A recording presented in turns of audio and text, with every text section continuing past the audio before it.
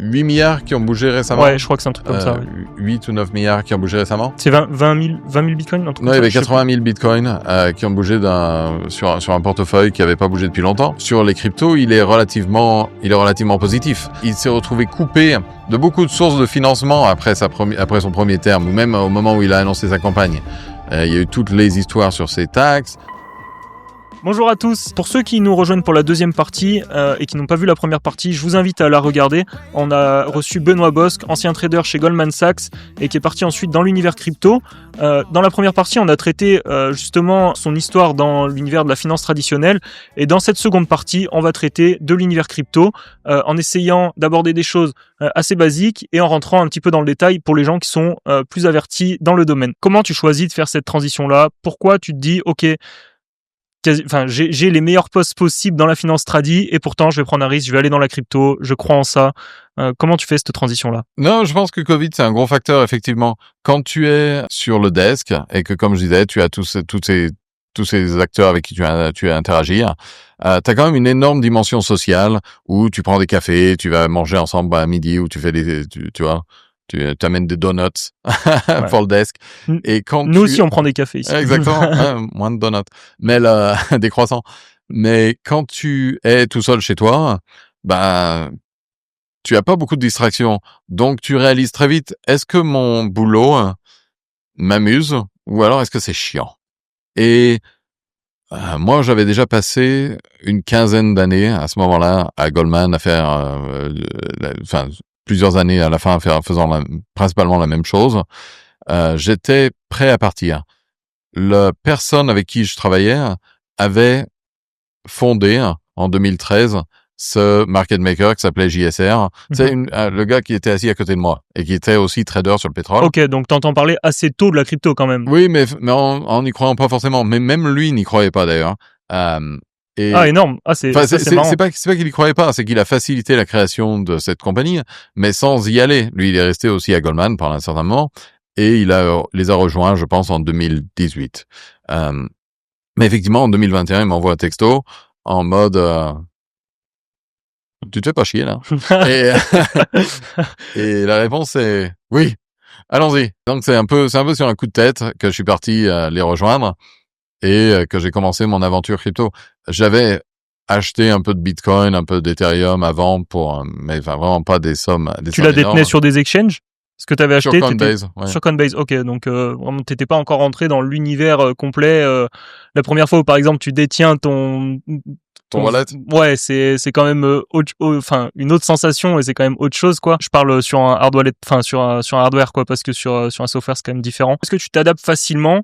Et c'est quoi ton poste à cette époque? Comment tu rentres dans... C'était assez marrant parce que c'était au début 2021 quand j'ai décidé d'y aller. Et en gros, crypto, il y a eu beaucoup de cycles. En 2017, il y a un cycle où d'un seul coup, Bitcoin va à 17 000 $ et tout le monde se demande ce qui se passe, mais immédiatement, ça recrache et ça retourne à 5 000 ou ça stagne pendant un petit moment. La plupart des gens n'ont jamais vraiment cru à crypto, ce qui est, c'est normal. Mais en gros, à cette époque, avant 2021, il y avait seulement justement des gens qui étaient vraiment convaincus du culte, et c'est un culte, hein. C'est un peu une secte où il faut y croire, c'est beaucoup plus religieux que logique. Ou alors des gens qui avaient commencé très tôt et qui effectivement avaient fait de l'argent et qui avaient vu qu'il y avait des moyens de faire de l'argent, mais il y avait très très peu. C'était soit les gens qui faisaient partie du culte, soit les gens qui avaient pas de choix. La crypto, ça permet de faire des raccourcis. Donc, si t'avais pas fait de très bonnes études, que tu pouvais pas faire rien que ce soit soit dans la finance traditionnelle, soit même dans du marketing traditionnel, soit beaucoup d'autres compagnies, finalement, gaming ou quoi que ce soit d'autre, la crypto, c'était une alternative décente. Mais ça payait pas beaucoup, c'était petit. En 2020, tout change. La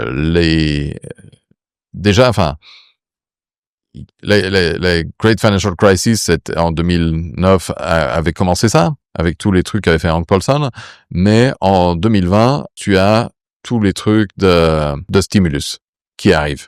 et tu as l'inflation qui va commencer à exploser. Enfin, on le sait pas encore, mais enfin, on s'en sans doute. Et tu vas avoir genre tous les gens qui sont chez eux, qui d'un seul coup reçoivent, je crois que c'était $1 600, et qui se retrouvent avec beaucoup de gens qui ont beaucoup d'argent, qui n'ont rien vraiment à faire, qui sont chez eux, et qui d'un seul coup veulent jouer au casino de la crypto. Et donc, beaucoup d'argent arrive en crypto, et c'est ce qu'on appelle le DeFi Summer. Ça commence, tout se rallie en crypto, qui continue de la deuxième moitié de 2020 jusqu'à novembre 2021. Et là, il se passe plein de choses. L'industrie expérimente avec beaucoup de choses, essaye de perturber la finance traditionnelle, essaye de se lancer dans tout ce qui est NFT, tout ce qui est art, tout ce qui est jeux, sport, enfin c'est de partout. Bon, ça crache après, mais en 2021, c'est incroyable, c'est la folie. Donc moi, j'arrive là-bas, c'est génial, la compagnie est en train de faire des profits records, tout est absolument incroyable. Je rejoins des potes et on est à la pointe de l'innovation. On a tout le monde qui vient nous parler. Et c'est un moment absolument incroyable. Ouais, puis GSR s'est développé énormément à ce moment-là, mais pour l'audience qui sont pas forcément tous familiers avec cet univers-là ou quoi, comment tu définirais les activités de GSR à ce moment-là? Qu'est-ce que le market making? Parce que là maintenant, t'es plus trop en lien avec ça, mais à ce moment-là, c'est quoi en gros les activités de GSR? Et toi, tu fais quoi dans la boîte, quoi? Ouais, enfin j'y suis encore un petit peu en lien quand même, mais en crypto, c'est pas comme en finance traditionnelle. En finance traditionnelle, Apple, Microsoft ou Alphabet ne vont pas parler au market maker, par définition. Et il y a une régulation très stricte, Securities Law, avec la SEC et la CFTC, pour tout ce qui est commodities, qui se battent sur leurs juridictions respectives, pour s'assurer que les choses se passent de manière très, très codifiée. Et donc, par exemple, Meta ou toutes ces grosses compagnies ne parlent pas à leur market maker. C'est Citadel Securities, c'est Virtu, c'est Jane Street qui viennent et qui agissent sur ces marchés en donnant des bids et des offres, des prix d'achat et des prix de vente, où eux, ils pensent qu'en gros, s'ils achètent à un certain niveau et qu'ils vendent à un autre niveau, et vice-versa, ils arrivent à capturer ce qu'on appelle le bid offer, ils arrivent à capturer le spread et ils font de l'argent. En crypto, c'est très différent puisqu'il n'y a pas de processus d'offre comme pour les actions. Personne n'a les tokens de crypto.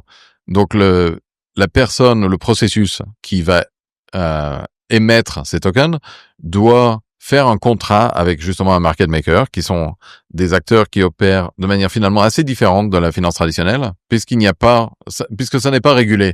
Donc tu peux le faire, tu peux engager un market maker, ce qui là encore n'est pas légal quand tu fais avec des securities comme des actions. Tu embauches un market maker de manière contractuelle, tu leur donnes un prêt de tokens, comme ça ils ont des choses qu'ils peuvent vendre et eux s'engagent à créer des bids et des offres, des niveaux d'achat et des niveaux de vente, de manière à ce que ces tokens, ces jetons, soient liquides et que tout le monde, n'importe qui, puisse venir acheter et vendre et interagir avec le token lui-même.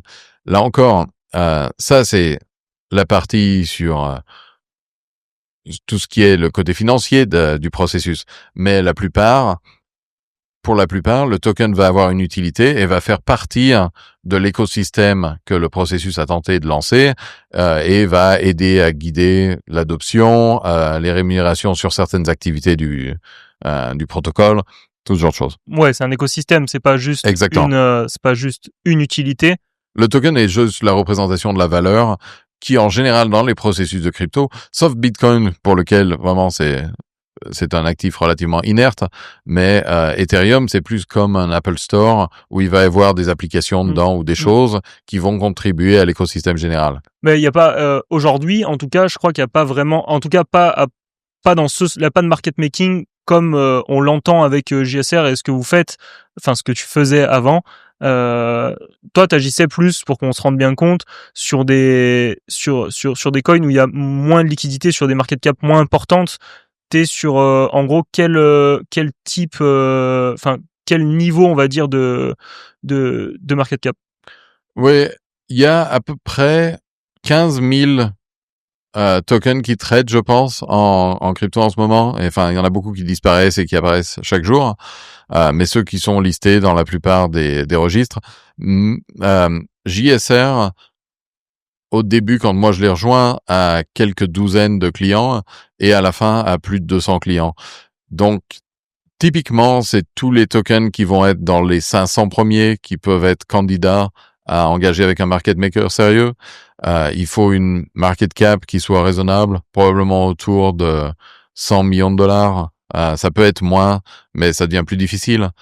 C'est pas forcément, oui, les protocoles les plus gros qui, eux, ont généré assez de liquidité organique où ils n'ont plus besoin, justement, ils graduent d'une certaine façon en dehors du programme de market making. Ils ont diplômé.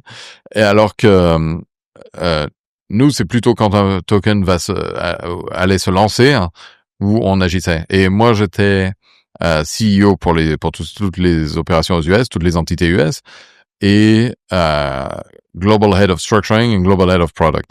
Donc, j'aidais à structurer justement et à adapter nos contrats pour les différents protocoles. J'imagine qu'il y avait un gros boulot parce que, comme tu viens de le dire, la boîte, c'était une expansion énorme à ce moment-là. Et concrètement, par contre, il y a eu des phases de bear market ou quoi, comment ça se passait? Est-ce que tout de suite après, c'est vachement brutal en fait, quoi. Ouais, c'était l'euphorie pendant un an. Et tout de suite après, ça a été très, très, très brutal avec Terra Luna qui a explosé, qui est passé de 6 milliards à 0, avec des acteurs FTX. comme Celsius, BlockFi qui ont aussi disparu. Et tout de suite après, ça a amené à tout ce qui est FTX. Et même ça, c'était une saga incroyable qui se joue sur Twitter. Enfin, c'est pas comme quand la Silicon Valley Bank explose, où c'est beaucoup plus... il y a beaucoup plus spécifique, personne ne connaît exactement ce qui se passe. Enfin, ça se passe, c'est beaucoup plus obscur. Ici, ça se passe sur Twitter avec CZ, le PDG, le fondateur de Binance, qui se bat avec Caroline de Alameda et SBF, et enfin, tout le truc est incroyable. Ouais, mais c'est deux mondes différents, quoi. C'est vraiment deux univers différents. Toi, ça doit même être choquant quand tu viens de la finance tradie parce que... Mais c'était la chance, à ce moment-là, justement, que les deux univers se rencontrent. FTX cristallisait pas mal de cette opportunité parce que eux, ils avaient levé beaucoup d'argent ou eux, ils allaient justement avoir la chance d'unifier les deux. Ils avaient pris beaucoup d'argent, justement, de finances traditionnelles. Ils étaient ils représentaient la plateforme où justement les acteurs institutionnels américains, comme des hedge funds ou des banques, pensaient pouvoir s'engager sur la crypto. Ils étaient en phase de due diligence avec la plupart de ces acteurs. Ouais. Et puis bon, finalement, ils ont explosé. Donc, ils nous ont reculé ils ont mis 2 ou 3 pas en arrière. Ouais, au final. Ok. Très intéressant. Et tu parlais tout à l'heure des différentes utilités. Je reviens sur ça parce que ça m'a marqué quand tu l'as dit. Différentes utilités du market making. Il n'y a pas qu'une utilité. Et du coup, comme il n'y a pas qu'une utilité, est-ce que il y a plusieurs façons de se rémunérer ou est-ce qu'il y a qu'une seule façon de se rémunérer? Comment se rémunère un market maker concrètement? Et là encore, je pense que c'est important de faire la distinction entre les market makers qui sont engagés de manière contractuelle, des market makers désignés et des market makers propres, comme là encore Jane Street, Jump, Jump ils ont fait les deux, mais Citadel Security, Virtue ou Susquehanna, principalement, eux sont des acteurs principaux où ils prennent des pauses discrétionnaires et ils font ce que eux veulent et où ils pensent générer un profit. Les market makers désignés, eux, ont un contrat et ils ont des termes et ils vendent un service où, en gros, qu'ils fassent ou qu'ils ne fassent pas d'argent sur ces services, ils sont rémunérés et donc ils ont une obligation à être là pour certaines choses. Et le problème, c'est qu'en fait, à l'époque, en 2021, il y avait en gros 4 market makers désignés principaux. Il y avait JSR, Wintermute Alameda, qui faisait partie de FTX, et Jump. Et ils ont tous fait d'énormes profits, certains de manière assez publique, puisque c'est des compagnies anglaises, des compagnies britanniques, où tu es obligé de publier tes résultats. C'est Plus au régulé, register. quoi. Et du coup, maintenant, il y a à peu près une centaine de market makers de qualité très, très variée et qui ont amené un grand doute sur les activités de tout un chacun, parce que finalement, tout est très opaque et on ne sait pas qui fait quoi. Et les projets, certains marchent, mais beaucoup baissent, surtout récemment, parce qu'il n'y a pas eu beaucoup d'influx nouveaux en crypto. Et on peut parler de tout ce qui s'est passé autour de Trump. Enfin, Trump, c'était censé être le sauveur de l'industrie. Toi, t'as été au cœur de ça. T'es aux US, t'as clairement été au cœur de ça, quoi. Ton avis là-dessus, d'ailleurs, c'est que, enfin, tu t'attendais pas à ça. Clairement, tu pensais que ça allait débloquer un peu le truc ou que ça allait complètement s'embraser, etc. Je pense plus que on pensait qu'il allait faire des choses qui étaient un peu plus substantives, où il allait avoir beaucoup plus de contenu sur tout ce qu'il allait faire. Et à la place, donc il y a un engouement certainement de l'industrie pour Trump au moment où il est élu, puisque mettant de côté tous les autres aspects de sa campagne ou de sa politique, sur les cryptos, il est relativement positif. Il s'est retrouvé coupé de beaucoup de sources de financement après son premier terme, ou même au moment où il a annoncé sa campagne. Il y a eu toutes les histoires sur ses taxes, toutes les histoires sur ses fraudes. Enfin, il a eu je sais pas combien de bankruptcies. C'est devenu beaucoup plus public une fois qu'il a décidé de faire de la politique. Beaucoup de banques, enfin, les banques ne voulaient plus trop y toucher.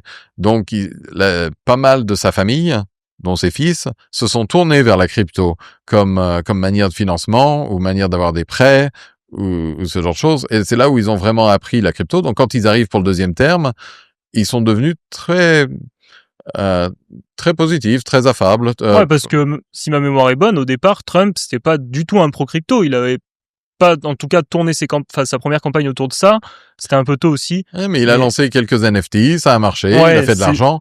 Et là, du coup, c'est vrai qu'au début, il y a beaucoup d'espoir qu'il va faire des choses qui vont aider au niveau régulation à inscrire toute l'industrie des crypto-monnaies dans un cadre légal qui fait du sens et qui va être positif pour le développement de l'industrie. À la place, il lance un meme coin qui s'appelle Trump. J'allais te dire exactement ça. dont entre lui et la famille, il possède 80 à 90% du total. Donc, en finance tradi, toi qui viens de la finance tradi, ça doit être clairement choquant. C'est très clairement un délit d'initié, pour être honnête. C'est pas forcément, puisque, enfin, il y a probablement des choses qui sont très limites. Mais là encore, c'est pas forcément, ça dépend pas de la même loi, donc ouais, ça peut être différent, okay, mais si tu regardes, dans l'éthique du truc, c'est quand même particulier, quoi. Trump a aussi un SPAC à ce moment-là qui s'appelle DGT, qui vaut aussi des milliards, qui n'a pratiquement rien. Tout ce qu'il possède, c'est le Truth Social Platform, et c'est pareil, ça vaut des milliards alors que ça perd genre quelques centaines de millions par an. Mais ce que je veux dire, c'est que là, c'est pareil, il possède 30% de DGT, mais quand tu as une compagnie publique, tu es obligé de dire si tu vas vendre et que tu es un investisseur qui possède plus de 5% de la boîte, tu es obligé de dire quand tu vas en vendre, tu es obligé de faire tout ce genre de choses qu'effectivement, en crypto, tu n'as pas besoin de faire et les gens peuvent faire un peu ce qu'ils veulent. Et finalement, beaucoup d'Américains ou même au niveau international, certainement parce qu'en fait, Trump est probablement a une image beaucoup plus positive en Asie, même qu'aux États-Unis. Donc, se sont rués pour acheter son meme coin. Bon, après, beaucoup ont perdu de l'argent, mais enfin, c'est ouais. Du coup, maintenant, est-ce qu'ils vont revenir pour trader le reste de la crypto et faire légitimiser le reste des jetons ou autres protocoles? Probablement pas. Donc, mais il s'en est même servi. Pas dans sa campagne parce que c'était passé, mais en tout cas comme un élément pour créer de l'engouement. Trump, il est toujours en campagne. il a invité. Ouais, c'est vrai, carrément. Mais juste parce qu'il est élu, il va arrêter la campagne. Il est toujours en campagne. Mais je veux dire, il a même invité des gens, etc., qui détenaient, je sais plus, enfin, les gros acteurs qui détenaient. Oui, et il a pardonné aussi des gens de la crypto. Il y a beaucoup de gens qui essayent d'être pardonnés encore. SBF essaye d'être pardonné. C'est pardonné.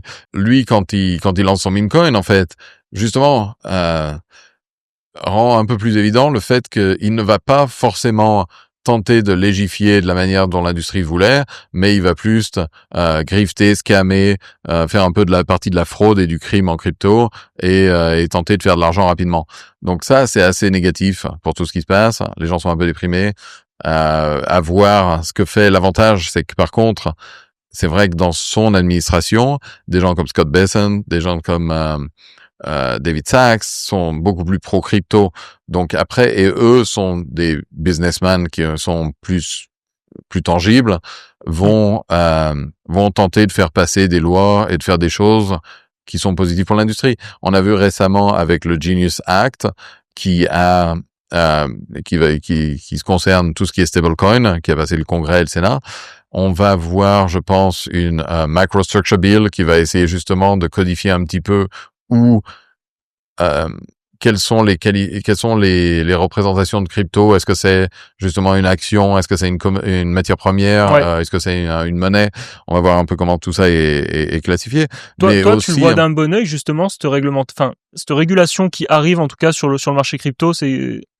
Il y a une bonne régulation et il y a une mauvaise régulation. Après, on va voir comment ça se passe. Mais là encore, l'industrie crypto, tout comme ce que je disais par rapport à la finance traditionnelle, va réagir très vite une fois qu'il y a des règles. C'est beaucoup plus difficile d'être sur le fairware quand on sait pas où sont, quand on sait pas où tout se passe. Une fois que tu as des règles, tu sais où colorier. Tu vois ce que je veux dire? Donc, à mon avis, pour l'industrie, ce sera un net positif quoi qu'il arrive. Maintenant, c'est vrai qu'il y a certaines choses qui vont permettre à l'innovation de rester aux États-Unis et de se développer là-bas, ce qui serait nettement positif, surtout que c'est là où a tout le capital, et d'autres où on va pousser des activités offshore. Donc à voir comment tout ça va se passer. Mais là encore, on a vu récemment beaucoup plus déjà la SEC qui a décidé d'arrêter toutes leurs actions en justice contre pas mal de projets.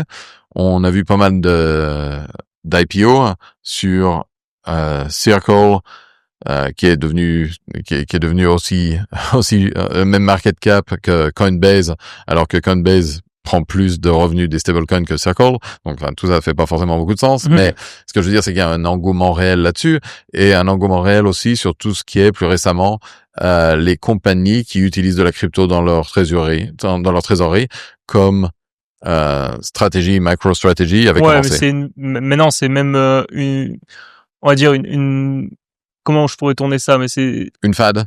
Ouais, c'est un moyen d'attirer l'investisseur, quoi. Je veux dire, c'est un moyen de se démarquer dans l'univers traditionnel. MicroStratégie, les expositions au Bitcoin, c'est énorme. Je veux dire, c'est limite, je pense que ça pourrait un jour presque dérégler un peu le marché, en tout cas sur la demande, etc. Mais même encore plus récemment, en parlant de la demande, etc., on a vu des anciens détenteurs de Bitcoin, au moment où on tourne ça, ça vient d'arriver la semaine dernière, qui ont fait bouger les coins qu'ils détenaient dans de vieux wallets, pardon. J'ai du mal à faire la transition anglais-français. Je suis moins à l'aise que toi. Toi, comment t'as perçu cette nouvelle-là, par exemple, maintenant que t'es dans l'univers, etc.? Oui, non, il y a 8 milliards qui ont bougé récemment. Ouais, je crois que c'est un truc comme ça. Ouais. 8 ou 9 milliards qui ont bougé récemment. C'est 20 000 bitcoins, un truc non, il y avait 80 000 bitcoins qui ont bougé sur un portefeuille qui avait pas bougé depuis longtemps. Mais c'est pas... c'est à voir, mais effectivement, il y a beaucoup de bitcoins qui sont faits acheter par toutes ces treasuries. MicroStrategy, c'est l'une d'entre elles, mais on en a plusieurs. Il y a Pompeo, qui est un podcasteur un peu un influenceur aux États-Unis, qui a lancé une compagnie où ils en ont acheté 1 milliard aussi. Il y a eu beaucoup de ces achats. Finalement, ça n'a pas vraiment bougé le prix du Bitcoin, mais c'est vrai que Bitcoin s'en sort pas mal par rapport à la plupart des autres actifs en crypto, qui eux sont down. Et ensuite, du coup, tu repars dans un hedge fund, donc chez Millennium. Tu reviens dans la finance, on va dire un peu plus traditionnelle. En tout cas, tu quittes le côté crypto. Et ensuite, tu te lances dans l'entrepreneuriat. Donc là, nouveau monde qui s'ouvre à toi. Comment tu fais cette transition? Pourquoi tu te dis, ok, là c'est le moment, je sens qu'il se passe un truc, faut que j'entreprenne. Et enfin, ça m'intéresse quoi de savoir ça. Déjà, mon retour à Millennium, c'était un peu pour essayer et aussi pour justement partir en 2023. Ça devient très problématique au niveau de tout ce qui est légal et régulation, de diriger ou d'être responsable pour une compagnie, même internationale, qui fait pas mal de trading. Même si le trading ne se passe pas dans les zones US et tout ça, enfin ça c'est pas facile d'être là. Donc je décide d'essayer autre chose, de partir. Je retourne à Millennium pour voir effectivement redevenir trader de pétrole, et je trouve, enfin c'était dur aussi puisque c'est le moment où c'est juste après. C'est en septembre 2023, donc juste après, il y a les événements d'octobre avec le Hamas et Israël qui impactent grandement le pétrole aussi. Mais je me retrouve à trader les titres d'une potentielle guerre au Proche-Orient qui est, enfin, c'est pas très très amusant sur une industrie relativement ancienne aussi, où justement, moi je trouve que tout ce côté d'innovation, tout ce côté que j'avais découvert en crypto par rapport à qu'est-ce qui se passe en Silicon Valley, où sont les flux de capitaux et qu'est-ce que les gens essayent de financer par rapport au monde de demain, je me retrouve à trader le monde d'hier. Et ça me lasse très vite. Donc au bout d'un an, je me dis, je suis pas du tout au bon endroit, il faut que je retourne en crypto. J'avais gardé contact avec un ancien dirigeant de JSR aussi, où on réalise que finalement on a les mêmes envies. On veut se mettre cette fois-ci beaucoup plus du côté des clients et des protocoles et les aider à naviguer tout l'aspect financier lié à la crypto. Puisque nous, on peut mettre à leur service notre expérience en finance traditionnelle et en finance digitale pour justement essayer d'éviter les pires problèmes qu'il y a en crypto, ne pas engager avec les mauvais market makers, ne pas engager avec les mauvais exchanges, mais optimiser pour avoir les meilleurs résultats. Et ça, c'est X2B. C'est le nom de ma boîte. C'est ce que j'allais dire. Et du coup, quand tu lances ce truc-là, tu commences à accompagner, c'est tout récent, il me semble, tu commences à accompagner quelques projets, etc. 1 an. Ça a l'air génial en tout cas comme domaine. Tu commences à accompagner des projets, etc. Du coup, t'es au cœur même du projet, presque dans la structuration, etc. T'es vraiment au plus proche.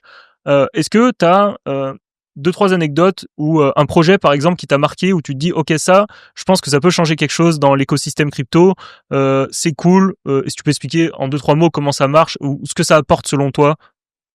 Il y a beaucoup de projets comme ça, mais enfin, honnêtement, c'est moins marrant que les projets qui vont rien changer et qui sont nazes.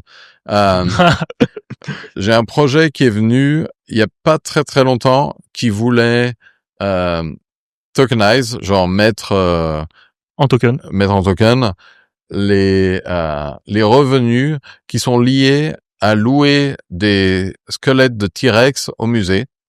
Donc ouais, louer les fossiles. Bon. Ça servait à rien, mais c'était marrant. Mais c'est original, ok. Il y en avait un autre qui essayait de faire un jeu virtuel de course d'escargot.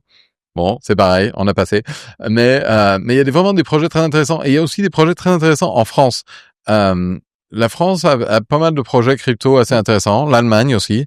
Il y a beaucoup de choses qui ont à voir avec le DePIN, le Decentralized Physical Infrastructure Network, qui sont assez intéressants. C'est l'idée que, par exemple, si tu as une borne de chargement pour les Tesla, peut-être que ça devrait être sur un réseau crypto où chaque personne peut venir chez toi et charger sa Tesla et te payer et partir. Enfin, il y a des idées de décentralisation comme ça qui peuvent être assez intéressantes. Voilà, la Tesla en ce moment là, elle risque plus d'être cassée qu'autre chose. Mais ah oui, non, c'est vrai, on est revenu sur Trump.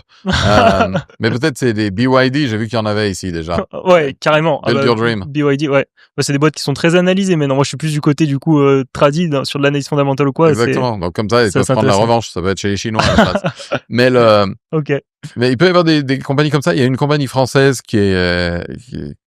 avec qui on ne travaille pas, mais qui a récemment levé 57 millions de dollars sur une valuation sur une valeur de 1 milliard, qui s'appelle Zama, qui font du FHI, Fully Homomorphic Encryption, qui, en gros, tout ce qui se passe sur une blockchain, c'est en général assez visible. Eux, ils cachent tout ça. Donc, pour que les montants, les personnes qui ont interagi deviennent tout secret et privé. C'est pour résoudre le problème des OTC ou des choses comme ça, pour que non, ça va plus... surtout permettre justement aux institutions, tu vois. Ok. En gros, il y a beaucoup d'aspects de la crypto qui sont intéressants. Genre, un, c'est ne pas avoir besoin de faire confiance, puisque tu es sur un protocole public. Tu vois, quand toi tu vas à ta banque, tu es obligé de faire confiance que ta banque garde ton argent. Mais quand tu es en crypto, tu as ton argent toi-même. C'est justement sur ton portefeuille, sur ton wallet électronique. Alors que justement, dans une banque, c'est dans le système de la BNP ou de n'importe qui d'autre. Donc, il y a des choses comme ça. Mais par contre, quand toi, tu fais tes transactions ou Venmo ou quoi que ce soit, c'est pas grave si quelqu'un voit ce que toi, t'as payé à quelqu'un. Mais si c'est au niveau bancaire et que tu envoies, que justement, c'est une entreprise qui achète quelque chose à quelqu'un d'autre ou par rapport à un compétiteur ou quoi que ce soit, là, ça devient beaucoup plus problématique. Donc, il faut, si on veut s'adapter aux différentes entreprises qu'on pense pourraient utiliser de la crypto, il faut avoir des solutions comme ça qui vont permettre justement d'opacifier les transactions pour que ça puisse se passer en finance traditionnelle. Mais alors, je connais pas le projet, mais en termes d'éthique, la première question qui me vient, c'est justement, au départ, par exemple, Bitcoin était critiqué sur ses impacts et en tout cas le financement que ça pouvait générer pour des activités illégales, que ce soit terroristes, etc. Est-ce que d'opacifier des transactions comme ça génère pas un problème? On revient en fait à un problème qu'on avait au départ quand les gens connaissaient pas encore trop le système. Oui, enfin, sauf que ces personnes-là, en général, savent déjà bien s'en sortir. La preuve, c'est que finalement, ils n'avaient pas attendu crypto pour... Ouais, carrément. Carrément, mais c'est dans l'imaginaire collectif. Et même, je me dis que si je travaillais pour un cartel, je voudrais pas être la première personne qui suggère d'utiliser de la crypto, ou alors il faudrait être très très sûr de soi quand même, parce que si tu te rates, il y a des conséquences. Mais c'est peut-être plus simple de continuer de le faire avec des lessiveuses au Texas ou mais c'est pas faux que la crypto, d'une certaine façon, oui, ça facilite beaucoup d'exchanges de monnaie entre différents pays, différentes entités qui sont pas faciles à contrôler. Juste tout ce qui s'est passé avec la Corée du Nord et l'argent qu'ils ont détourné sur la crypto, c'est énorme. Donc certainement c'est un des gros problèmes à résoudre si l'industrie veut s'étendre. Mais hyper intéressant en tout cas ces discussions. C'est marrant de parler avec quelqu'un qui est vraiment dans le domaine tout le temps, parce que moi, mais aussi plein d'autres, on suit l'engouement de loin. On essaye moi le premier, j'essaye de prendre quelques projets qui m'intéressent et de creuser un peu le truc, mais on arrive vite dans quelque chose où c'est vraiment hyper technique. Et d'ailleurs, en creusant un peu, on parlait tout à l'heure du market making, etc. Il me semblait qu'il y avait, en tout cas, on va dire une concurrence qui s'était installée avec, en tout cas sur la DeFi, avec des market makers automatiques, AMM, si j'essaye de le prononcer à l'anglaise, ou AMM en français. De quel œil tu voyais ça? Je sais pas si c'était déjà le cas quand tu étais chez GSR. Non, c'est pas vraiment une compétition parce que, finalement, là, on revient beaucoup plus à des systèmes de order book centralisés, qui sont avec des bids et des offres, qui sont layer. La vraie raison pour les AMM, c'est qu'en gros, donc crypto avec Ethereum devient de la monnaie que tu peux programmer. Et donc, d'un seul coup, tu peux créer des petits programmes qui existent sur cette chaîne de crypto, qui sont ce qu'on appelle des smart contracts. Et le problème, c'est que la quantité d'informations que tu peux avoir dans ces smart contracts est assez limitée. Au début, déjà, les transactions sont lentes. Ethereum, ça prend 7 minutes. Bitcoin, ça prend plus longtemps. Pour avoir, si on voulait avoir genre quelque chose qui se comporte un peu comme un exchange, ça va prendre, c'est beaucoup trop d'états. C'est pas de la haute fréquence, quoi. Exactement. Donc maintenant on peut parce que les chaînes sont devenues plus performantes et qu'on a des layer 2 et qu'on a plein un throughput qui est différent. Mais à l'époque, en gros, AMM, c'est une invention des marchés FX des années 70, je crois, qui existait à ce moment-là et qui est assez inefficace en finance traditionnelle, mais qui permet ici, avec juste 2 paramètres, de tracer une courbe de supply et demand, d'offre et de demande, où tu peux plus ou moins déterminer quel va être le changement du prix selon ce qui se passe. Donc tu te retrouves avec une fonction qui n'a que 2 états, où tu peux prendre ça d'étape à étape en crypto. Mais c'est pas vraiment des compétiteurs. C'est des compétiteurs plus aux échanges centralisés. Donc maintenant, il y a une partie de la finance en crypto qui existe, qui est on-chain, qui se passe juste au niveau exactement des contrats où c'est juste du code, et ce qui est beaucoup plus difficile à réguler pour tout ce qui est État et différents acteurs comme justement d'acteurs de régulation par rapport à des entités qui sont comme le Nasdaq ou comme le New York Stock Exchange. Eux, on sait où ils sont, on sait qui sont les dirigeants, on sait comment créer de la pression et comment leur faire les choses correctes. Tout le reste, toute cette nouvelle finance qui existe est complètement décentralisée. En tout cas, super intéressant ton point de vue du coup sur ce truc-là où c'était vraiment une question plus personnelle pour le coup. Et j'en ai encore une pour finir, qui sera peut-être un poil technique pour des gens qui sont pas avertis sur le domaine. Il y a beaucoup de projets qui ont une forte expo retail en ce moment, qui ont beaucoup d'engouement, etc. Mais où les fondamentaux sont pas vraiment là par moment. Vous, quand vous concevez une tokenomics, etc. avec X2B, comment tu gères l'équilibre entre la narrative, la liquidité, pour que le token soit liquide, quoi, que le projet soit liquide, et on va dire la stabilité sur le moyen long terme, etc. Comment tu t'organises pour faire ça chez X2B? Non, ouais, c'est très difficile. C'est très difficile de faire ça parce qu'en gros, tu passes sur beaucoup de projets.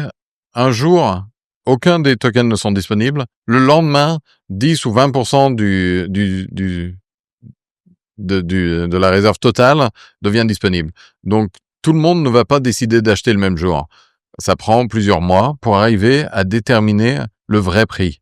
Non pas le prix artificiel qu'un exchange a décidé de fixer au moment du lancement ou qui a été manipulé quand il y avait des très très faibles liquidités.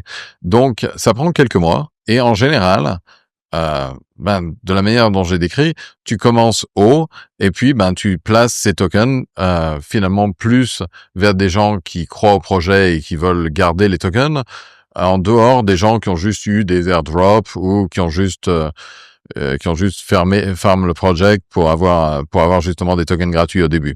Donc une fois que tout ça c'est déterminé, c'est beaucoup plus facile d'acheter. Et je dirais à tout le monde d'être déjà, en crypto, il y a une chose qu'on dit, c'est DYR, do your own research. Ça veut dire, faites attention, prenez le temps, n'achetez rien qui vient de lancer.